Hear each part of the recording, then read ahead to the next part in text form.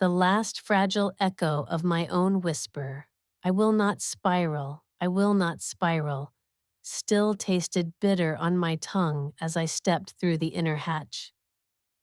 Crescent Ridge's main concourse stretched before me in a cold, perfect arc under those sterile dome lights. The panels overhead did a terrible job pretending to be daylight. Instead, they cast everything in this clinical pallor that made the air inside my helmet taste faintly metallic, like biting my tongue too hard. Around me, the life systems hummed, low, constant, vigilant, a lullaby that could twist into a scream with just one algorithmic fault. I stood there, boots anchored by the weak mag grav, shoulders pulling up with a slow, cautious breath. For one aching heartbeat, I almost let myself pretend that faint pull was a comforting hand. Then my wrist console buzzed, a soft vibration, gentle, the kind of nudge you'd give a startled bird, just a reminder I'd set myself. I brought up the file. It glowed on my screen under a discrete star icon. My finger hovered so close the pulse racing in my fingertip nearly triggered the command. A thin, wobbly breath slipped past my lips. Then I tapped play. And there he was.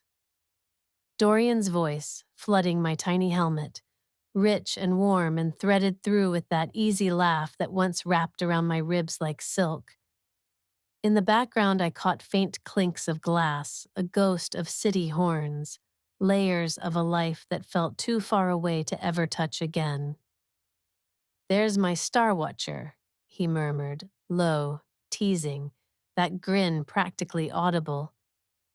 "Look at you, chasing models even at midnight. Come here, love. Tell me what you see that nobody else does."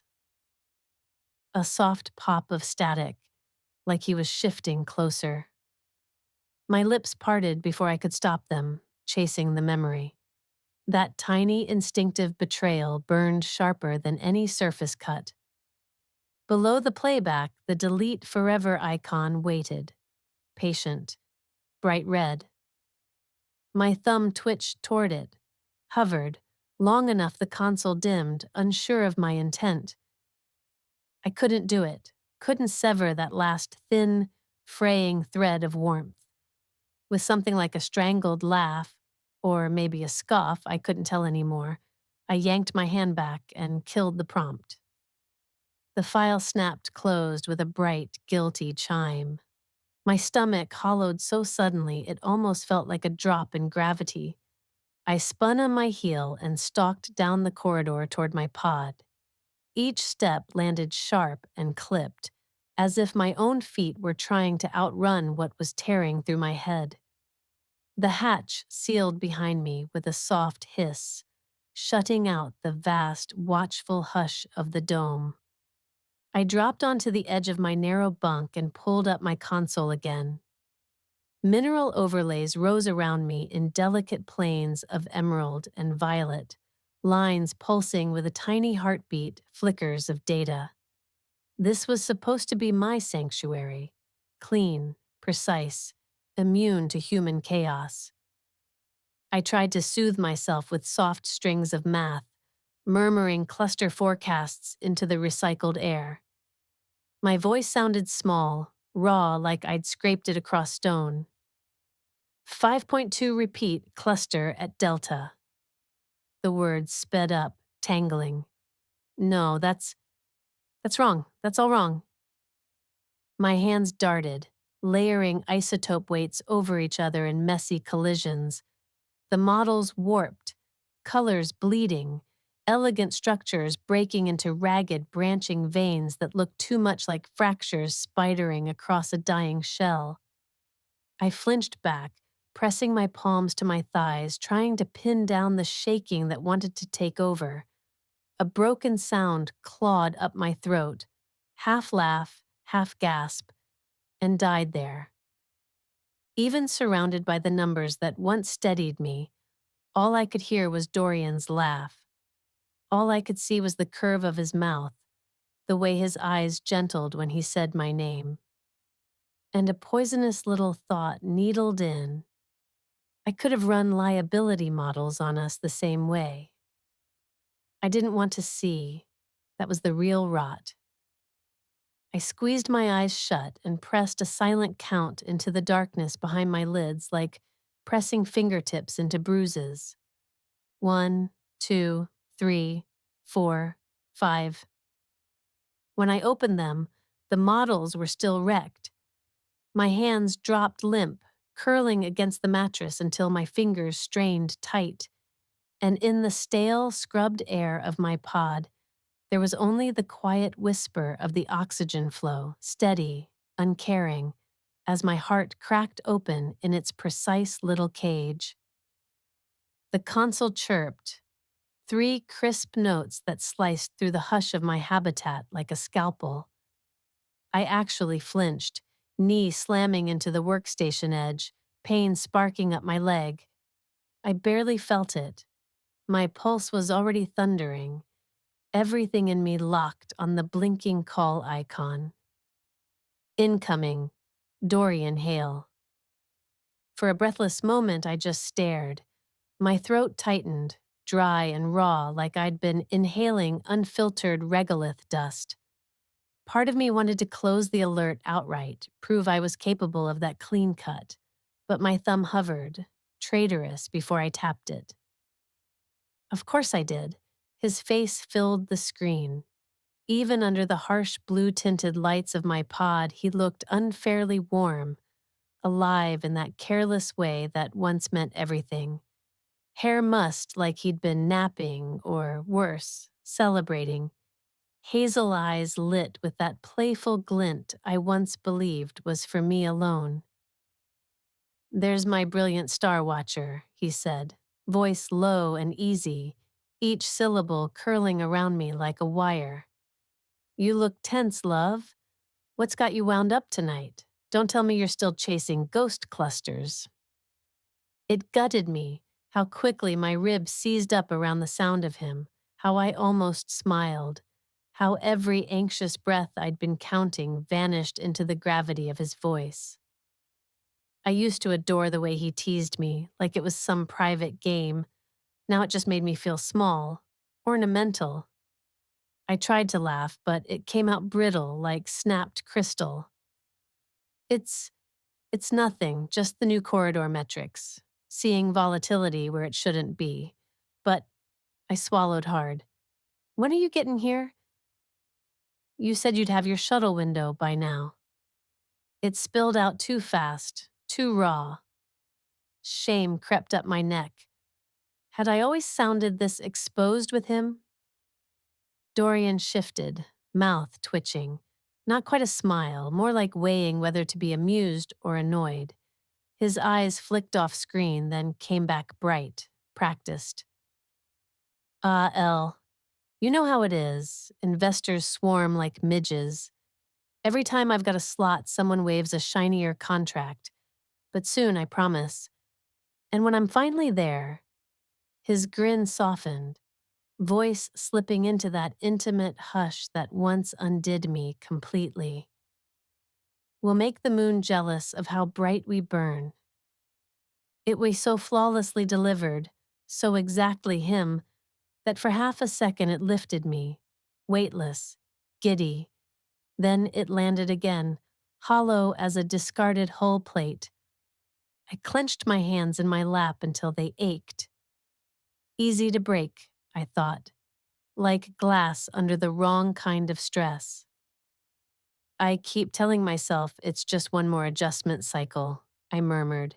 "One more contract filing and then we'll have the same dream again, but here, under these lights instead of Earth's, but—" The words faltered, heavy. I searched his face, hoping for a flicker of urgency, of ache, something that looked like me. But Dorian just leaned closer, grin lazy, eyes sparkling with secrets I wasn't sure I shared. "Hey, I've seen your grid feeds. The whole settlement's going to owe you once this locks. It's our empire, Elara. Just trust the momentum." Trust the momentum. It slid into my ears slick and empty like a marketing jingle, too smooth to stick. My brain even tried sketching probability trees right then, the ones I should have run cycles ago. But I smothered them. Love had always been easier than risk matrices. Inside, something stopped, like a pendulum arrested mid-arc. Still, I nodded, because it was easier, because I missed who we were on that battered couch, plotting constellations of futures together. He watched me with that small, satisfied look, like he'd solved me. "That's my Star Watcher. Keep the lights on." For a handful of precious seconds, I let myself drift in the low lull of his voice, almost believing this was still us. But then small fissures surfaced, hairline cracks spidering through the moment. He started talking about a broker I'd never mentioned to him. Dropped details that only made sense if someone else had fed him scraps of my reports. His laugh came a beat too quick, skipping over my sharper tones. I leaned closer, studying the slight tension near his jaw. Was that strain or just compression lag? "Dorian," I tried to steady my voice. "You are booked for your transfer, right? Your seat's locked." There was the briefest pause, his smile held, but his fingers tapped once against his glass, then went still. "Of course, soon as the dust settles on my end." He chuckled, rolling his shoulders in that practiced, careless way. "You know how these investors get. Always another round of reassurance." "You worry too much, love." My pulse gathered at my throat, sharp and cold. His image wavered, only the feed buffer, but it struck me like a crack in a support beam. "You're sure?" I whispered. "Because I can't hold everything up here forever." His eyes softened, mouth curving in that gentle tilt that used to make my knees weak. "Elle, please, trust me. It's handled." But behind that careful hush, my mind roared alive, flashing old flagged clauses and risk vectors I'd buried beneath shared daydreams. Every graph I didn't run, every liability forecast I left dark. I'd chosen ignorance, wrapped it in tender stories, called it trust. And suddenly, I couldn't remember a single reason to smile. I didn't speak for a long breath, just watched him through that fragile thread of bandwidth, acting like everything was safe, like my entire life wasn't balanced on contracts he'd signed with a careless flourish. Inside, something locked into place, cold, final. I leaned back, exhaled, slow. My voice dropped to its lowest register. "Dorian," I said, tasting each syllable. "Whose name is the oxygen supply contract under again?" His eyebrows twitched. Then he gave a low laugh, twirling his glass as if that might swirl my question away. "Ours, obviously," he said, grin tilting lopsided. "Just tied to your residency for ease. Purely procedural. You're overthinking it again, Star Watcher." But there it was, that slip, that fleeting glance down and away. And in that tiny fracture of his gaze, everything snapped into cruel, crystalline focus. The billing quirks, the residency strings he called harmless, every offhand wave at liability that ended with his warm hand on my shoulder, coaxing me back from my own doubts. Not negligence, not cluttered bureaucracy, a precision-engineered funnel that poured every ounce of risk onto me, leaving him with the illusion of shared stakes while I carried the breathable air. Silence stretched until it seemed to crack. I didn't blink, didn't even breathe, just let the weight of the pause build until his image shifted, like even the signal wanted to crawl out from under my stare. Then I managed the faintest smile, brittle, hollow. Thank you, Dorian, I murmured, each word clipped clean, polished on the edge of my teeth.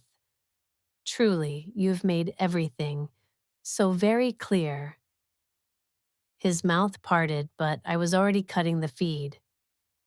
The call snapped off, leaving my habitat in a hush so deep I could hear the faint hydraulic whine of the walls adjusting.